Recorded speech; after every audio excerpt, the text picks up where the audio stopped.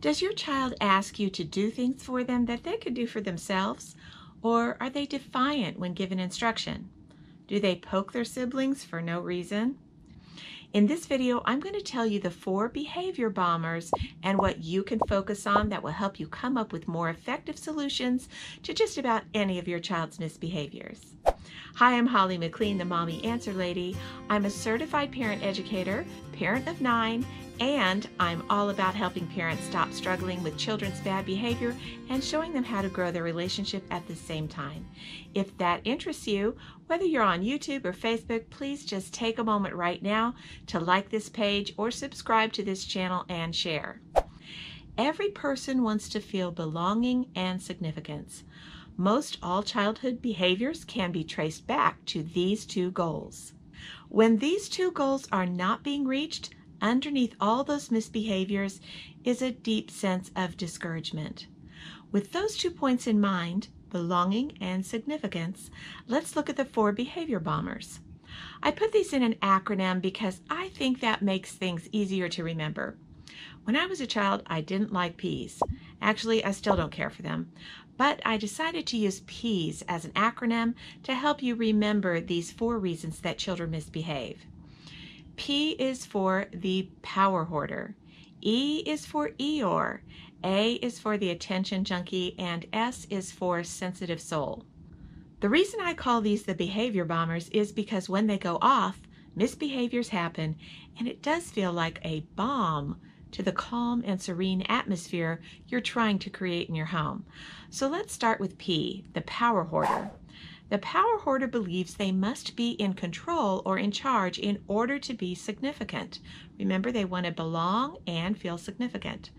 A child in using the behavior bomb of power hoarding will resist instructions to prove that they are in charge and you are not. They may boss other children around and try to manipulate you with defiant behaviors.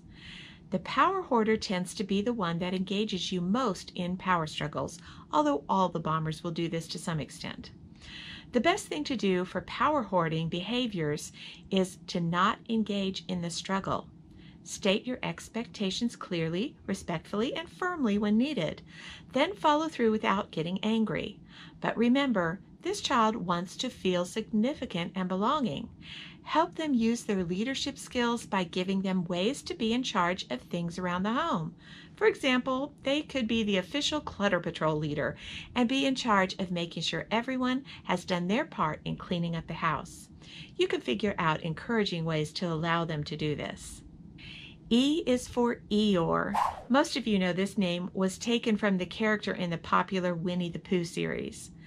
The Eeyore Bomber mistakenly believes they are inadequate and they don't belong, so they have to somehow prove that they do. The Eeyore will many times think they can't do things. They think that they are incapable. They often give up trying new things and may get angry if they're challenged with the idea that they are able to do something because they become frustrated easily. It's not the same as the attention junkie, which we'll talk about in a minute. The Eeyore needs encouragement and instruction before trying new things. It's a good idea to be very clear about how to do something and even get them started on a task by beginning it with them and then encouraging them to continue on their own. Taking time for training in general tasks is very important when dealing with the Eeyore Bomber. A is for attention junkie. The attention junkie believes they are not significant unless they are receiving undue attention. They'll often ask questions when they already know the answer. Pretend they don't know how to do something so you will do it for them. Poke their brother or sister for no reason and act up in disruptive ways to receive the attention that they believe is necessary for them to feel significant. The attention junkie, more than anyone, needs that daily eye-to-eye time that I talk about a lot. When they have that need for attention filled up every day, they back off on seeking it as often in annoying ways. This helps squelch those destructive types of behaviors that attention junkies commonly use to fill their desire for belonging and significance. To deal with the attention junkie bomber, give them tasks that make them feel significant. For example, when they begin to ask a question that they already know the answer to, ignore the question, and find something for them to do to help others. This will help them feel the need in useful and contributing ways rather than in annoying behaviors. Then, since I very much believe in addressing behaviors and not distracting, redirecting, coddling, or rewarding, it is important to follow up in a time of no conflict by discussing the fact that they are asking questions that they already know the answer to, or discussing whatever behaviors they are displaying for the mistaken goal of needing undue attention.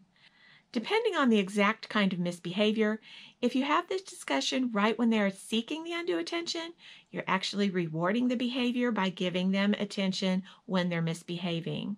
So address the misbehavior if necessary, but have the discussion later. Explain behaviors you have noticed and how they can fill that need for attention by helping others rather than selfishly seeking undue attention. But discuss it in a positive and kind way, not accusing or shaming them. S is for the sensitive soul. You might think by the name of this bomber, it can't be that bad. They are sensitive, and that means that they are kind and thoughtful and gentle. This is actually not true when they are using the bomb behaviors. Actually, it's just the opposite. The sensitive soul will lash out in anger because they are hurt. Whenever they are feeling insignificant or rejected, therefore they don't feel a sense of belonging, they will behave badly because of emotional pain. They want to get back at those who have hurt them, so they often do revenge sort of behaviors, either passive rebellion or even aggressive outbursts. Sometimes the sensitive soul is actually the most aggressive in their behavior toward a parent. To deal with the sensitive soul bomber, conversation to address the hurt they feel is helpful, but of course not at the time of conflict. The behavior they display must be taken care of first, and not with punishment. Instead, with reasonable consequences that relate to the specific behavior. But the conversation to find out why their feelings have been hurt and making amends is very important to dealing with the sensitive soul. You will have much more success with a sensitive soul if you are willing to find the reasons for their pain, address those, and encourage them to overcome those feelings, rather than discourage them with harsh punishments.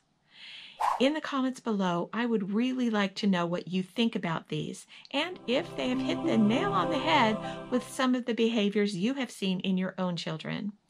There are a lot of videos on the Mommy Answer Lady YouTube channel and Facebook page that address step-by-step solutions on specifically how to address common and specific misbehaviors, and more videos come out each week. But this video has covered the 4 underlying reasons for most of your child's misbehaviors. By learning these, my hope is that you will better address those behaviors more effectively in the long term and remedy their most basic desire for belonging and significance.